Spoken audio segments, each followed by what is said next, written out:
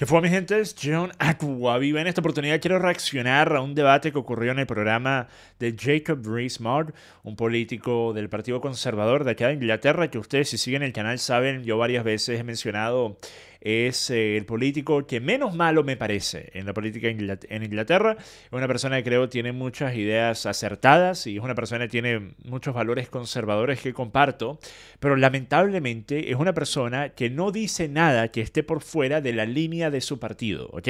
Entonces, si eso significa inclusive que él tiene que decir cosas que yo tengo que asumir basado únicamente en el hecho que este es un sujeto tan inteligente como en efecto lo es, que él sabe no son ciertas y que él sabe son posturas nefastas, pero si él las tiene que decir porque es lo que el Partido Conservador está haciendo y está respaldando, él está dispuesto a hacerlo y lo ha hecho muchas veces. Esta es probablemente la peor manifestación de esa lealtad de partido, ¿ok? Lo que están a punto de observar. Entonces, él está hablando con Daniel Davis, quien es un oficial retirado del ejército de los Estados Unidos, quien después de volver de su segundo despliegue en Afganistán en el 2012, fue uno de los primeros en hacer una crítica pública a lo que estaba ocurriendo en Afganistán. Él, después de recibir su segunda estrella de bronce, estaba bastante preocupado por lo que sentía era un programa de engaño oficial que había sido presentado al público sobre el supuesto éxito en la guerra. Y entonces entregó un informe sobre sus observaciones a la oficina del inspector general del Departamento de Defensa, y después versiones no clasificadas del informe fueron copiadas a varios miembros del Congreso en los Estados Unidos y al New York Times, ¿ok? Entonces, eso fue en el 2012 y pues el tiempo le dio la absolutísima razón con respecto a esa postura y al hacerla pública también, la necesidad de hacerla pública. Entonces vamos a escuchar ahora este intercambio con Jacob Rees-Mogg sobre Tucker Carlson y lo que está ocurriendo en Ucrania. I mean, the reason I refer to useful idiots is that a lot of people trooped off to the then Soviet Union in the 1930s and said what a good man Stalin was, when in fact he was killed and he was running a totalitarian regime. We know that Putin kills people. We know that people mysteriously fall from windows who oppose Putin. And we know that he doesn't like democracy. So why on earth should Tucker Carlson go and interview him? Jacob, qué pregunta tan deshonesta, qué pregunta tan deshonesta. Lo mismo que acabas de decir, se le podría también adjudicar a docenas de líderes mundiales, docenas, por lo menos, ¿ok? Inclusive, lo que acabas de decir se le podría también aplicar a el actual presidente de los Estados Unidos y en realidad a la gran mayoría de los presidentes que ha tenido los Estados Unidos en la historia moderna, ¿ok? Entonces, ¿qué es este argumento de que si una persona hace cosas indebidas utilizando su poder, no se le debería entrevistar? Si vas a aplicar esa lógica, entonces aplícala en todos los escenarios. No solo la apliques con una persona, que es supuestamente la peor, y por eso esa persona en particular no se le puede entrevistar. Well, because he wants to hear from the horse's mouth what his views are and what he thinks about different things. And I think that it's actually very important to be able to hear someone not just giving their own sound bites, because Putin, you know, his famous New Year's Day or Christmas Day press conference where he rattled on for like 4 hours saying what he wanted. Well, at least now people can see with someone asking a question of him from a different perspective, and we'll see what he has to say. But I think it's important to be able to hear both from the Ukrainian people, the Russian leaders, the American leaders, Great Britain. We want to hear from all of them so that people get to make their own choice. And I think that's what's different about this, is that people get a chance to listen, and then whether Putin's trying to use them to say what he wants or not, they can make their own mind up. But I like the chance to get to hear from it myself. But do you really want to hear from your enemy who is justifying invading a friendly country? Aren't we in a proxy war with Russia? Isn't it like going off to interview the leaders of Hamas and to give them a favourable option to get their message across? Well, it's not so much a favorable option as it is an honest option to hear what they have to say. Whether you can hate what they say, but then you're going to know what they're talking about. As a military man and somebody who's deployed into combat zones 4 times in my career, I think I heartily agree with Sun Tzu that says, if you know your enemy and you know yourself, then you need not fear the outcome of any battle. And if you never listen to your enemy, you don't know what they're thinking. And there could be some clues in there for people who are paying attention to see maybe there's a way to find a negotiated settlement, because everyone in the West likes to to characterize Putin for, the being the evil person and all this. And so they never listen to him, maybe losing an opportunity to possibly get this war to come to an end if you understand what he actually thinks about things. I think it's important. But as a military man, don't you actually want to win rather than to make your enemy seem potentially more sympathetic as a master of the dark arts of propaganda?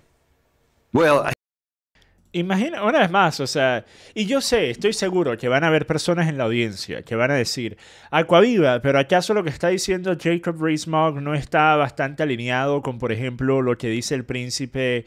Y pues sí, es cierto, ¿ok? Y me refiero al príncipe Nicolás Maquiavelo, obviamente. Y sí, en efecto. O sea, en parte, tengo que decir que si tú quisieras únicamente tener esa postura de que vamos a hacer lo que haga falta, porque sí, no importa si es correcto o no, es nuestro interés hacerlo y lo vamos a hacer. Pero en tal caso es una discusión totalmente diferente a la que se tiene que tener. Y en tal caso Jacob Rees-Mogg tiene que dar a conocer de antemano que esa es su postura. No puedes hacer parecer que tú eres un presentador de un programa noticioso y que tú estás entrevistando a personas y que tú eres una persona moderada, cuando Jacob, lo que estás promoviendo aquí son posturas totalmente radicales. O sea, lo que Jacob Rees-Mogg actualmente está promoviendo es básicamente lo mismo que podría decir cualquier dictador de cualquier país. No, nosotros no vamos a permitir que se sepa la opinión de nuestros enemigos, porque nosotros queremos ganar, no queremos que ellos ganen simpatía alguna.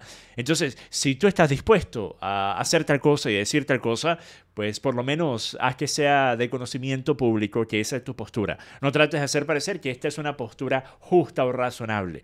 Si estamos hablando de libertad de expresión, que es un tema que a Jacob Rees-Mogg le preocupa bastante, supuestamente, la libertad de expresión. Si estamos hablando de libertad de expresión, si estamos hablando también, y esto lo dice Daniel Davis más adelante, de algo que pudiera llevar a la conclusión de esto, de una forma que no sea acorde a los intereses de un partido, de un país que no es uno de los países que está activamente involucrado en este escenario, porque obviamente Jacob Rees-Mogg admite que esto es un conflicto vía proxy de Occidente frente a Rusia, pero desde el punto de vista de quienes están involucrados directamente, tenemos a Ucrania, tenemos a Rusia, y ninguno de esos dos países le beneficia la continuidad de este conflicto. Entonces, desde ese punto de vista, debería estarse buscando cuál es la resolución más rápida posible al conflicto, y no simplemente, bueno, tenemos que hacer lo que se haga falta para que nuestros intereses acá en el Reino Unido puedan ser cumplidos. Es una postura nefasta. Una vez más, la puedes tener si eso es lo que quieres hacer, quieres ser un neoconservador, pues adelante, pero después no digas que eres un conservador, que respeta la soberanía de otros países y que respeta la libertad de expresión, porque todo lo contrario estás mostrando aquí. Y una vez más, yo sé que hay personas que decían, pero ¿cómo es eso respetar la soberanía de otros países cuando Putin hizo lo que hizo? No me refiero a eso, me refiero, si tú estás buscando la resolución a un conflicto, tú no estarías interesado únicamente en que yo tengo que ganar, cuando ese conflicto realmente no tiene nada que ver contigo, únicamente tiene que ver con Occidente, porque Occidente así lo ha decidido. Pues la realidad es que un conflicto tiene que ver con dos países y esos dos países deberían resolverlo, ¿ok? Yes, as a military man, absolutely. I want to win everything that I can. But in this particular case, as a military man, I can just tell you categorically, there is no path to a Ukrainian military victory. And to continue going down that path, I think is actually antithetical to Western interests, to Ukraine interests.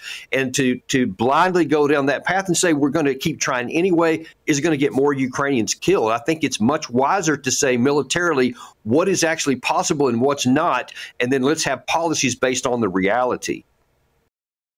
Miren, totalmente cierto. Una vez más, inclusive en la actualidad hay personas ucranianos pro Zelensky que dicen lo mismo, que dicen que este conflicto pareciera que no se puede ganar de parte de Ucrania en lo militar. Entonces, bueno, vamos a tratar de llegar a un acuerdo, vamos a tratar de terminar esto de la forma más rápida posible y de una forma que tenga el menor impacto en personas inocentes en Ucrania posible. Y eso es algo que al parecer a Jacob Rees-Mogg no le importa en lo más mínimo. But isn't that showing incredible weakness for the West that we can be defeated by Russia? Because Ukraine is acting as a proxy for the West, whether we like it or not. Yeah. Ven a lo que me refiero. A Jacob Rees-Mogg lo único que le importa es cómo esto se vea para Occidente, en particular para Reino Unido y Estados Unidos. Eso es lo único que le importa. Entonces, entienden cuál es el problema. hay personas que tienen esa misma postura y al mismo tiempo dicen que esa es la postura humanista, que esa es la postura que se preocupa por los inocentes en Ucrania, cuando es todo lo contrario, cuando estas son personas que no tienen ningún interés más allá de simplemente la continuidad de este conflicto para poder cumplir su agenda política particular, sin importar qué costo eso tenga para personas inocentes en Ucrania. Whether we like it or not, we do not have the capacity to win unless NATO gets physically involved with their armies and we go to war with Russia, which of course would be catastrophic and probably lead to nuclear war. That outcome is already ordained. And I know a lot of people don't want to hear that. They don't like to hear it. But again, an unemotional military assessment of the situation, Ukraine cannot win. And to continue to ignore that is going to make it worse for Ukraine, and an eventual settlement will be worse for them the longer it goes. That's the hard reality. Entonces, miren, estoy totalmente de acuerdo con lo que dice en esta entrevista Daniel Davis, y hacia el final de la misma es cuando viene lo que yo creo es la parte más reprochable de todo el discurso de Jacob Rees-Mogg, y es cuando él dice lo siguiente. Escuchen aquí. Final thought on Tucker Carlson. At the end of the Second World War, Lord Haw Haw, the propagandist for Hitler, was hanged as a traitor. Do you think that Carlson is a traitor by providing propaganda for the enemy? Well, that's in the eye of the beholder. There's many people, and I'm certainly on him. I don't think it's propaganda. He's actually asking him questions and listening to what he has to say. So again, going back to the Sun Tzu, you have to listen to your oppositions. Now, many people in the U.S. are already calling Tucker Carlson a traitor. I think that's an unfair statement because we're supposed to be free in democratic countries, and freedom of speech is supposed to be one of them. I think that people want to get rid of that speech if they don't like it, and I don't think that's part of democracy. So I don't view it that way at all. Ok, entonces varias cosas Jacob Rees-Mogg, ¿verdad? Que quizás no se te pasaron. Estoy seguro él sabe todo esto. Él es un sujeto... Una cosa no se puede decir sobre Jacob Rees-Mogg es que no es una persona increíblemente inteligente. Lo es. Así que estoy seguro que él entiende por qué lo que acaba de decir está ridículo. Pero de igual forma, lo voy a decir aquí en este video. El caso de Lord Haw Haw, que fue una persona que en efecto fue un propagandista, tenía un programa radial donde él compartía todo tipo de propaganda que venía directamente del ministerio de la propaganda de Hildemaro, ¿ok? Y de cierto otro individuo, ¿ok? Entonces él tenía un vínculo directo con este cierto otro individuo, el jefe del ministerio de la propaganda, y él recibía esa información y la compartía en las ondas radiales en el Reino Unido. Ahora, hay varios problemas allí. Primero, la razón por la que se le puede con mayor facilidad justificar la calificación de traidor a Lord Haw Haw es primero porque él estaba literalmente trabajando con el enemigo, Segundo, porque el Reino Unido estaba siendo atacado por dicho enemigo, a diferencia de lo que está ocurriendo en este conflicto, donde Estados Unidos no tiene nada que ver más allá de lo que decida tener que ver. Entonces es diferente cuando literalmente te están bombardeando y tú tienes una persona que está dentro de ese país y que está alineándose a la persona que está ordenando los bombardeos, ¿ok? Entonces es mucho más fácil poder calificarlo como un traidor. Y tercero, porque existía una dificultad de la obtención de la información durante la guerra, especialmente para saber cuál había sido el destino de, por ejemplo, tus seres queridos que se habían ido al combate. ¿Por qué? Pues porque no había ninguna forma de escuchar, por ejemplo, reportajes de líneas enemigas. Entonces, lo que hacían muchas personas en el Reino Unido es que escuchaban este programa, no porque les interesaba la propaganda de Hildemaro, sino porque querían ver si podían escuchar alguna noticia sobre, por ejemplo, el buque o el avión o el tanque o lo que sea que había sido enviado con sus seres queridos, a ver si había logrado o si había sido capturado o si había sido destruido. Lord Haw Haw, aprovechándose de esto, no solo tenía una audiencia mucho más grande de lo que tendría de otra forma, sino que también solía regar pues desinformación y solía decir que había todo tipo de bajas que en realidad no habían ocurrido para tratar de desanimar y desalentar a la población británica, ¿ok? Entonces, en la actualidad, ninguna de esas cosas son aplicables para el escenario en el que Tucker Carlson se encuentra, especialmente la última en la cual estamos hablando que ya no existe tal monopolio de la información con el acceso a las redes sociales. O sea, al fin y al cabo, Tucker Carlson estrenó esta entrevista en una red social. En una red social. O sea, ni siquiera es que lo puso en televisión nacional y hizo como Hugo Chávez en cadena nacional por 24 horas, ¿ok? No, lo puso en una red social y la gente que lo quiera ver lo puede ver y la gente no lo quiere ver, no lo quiere ver.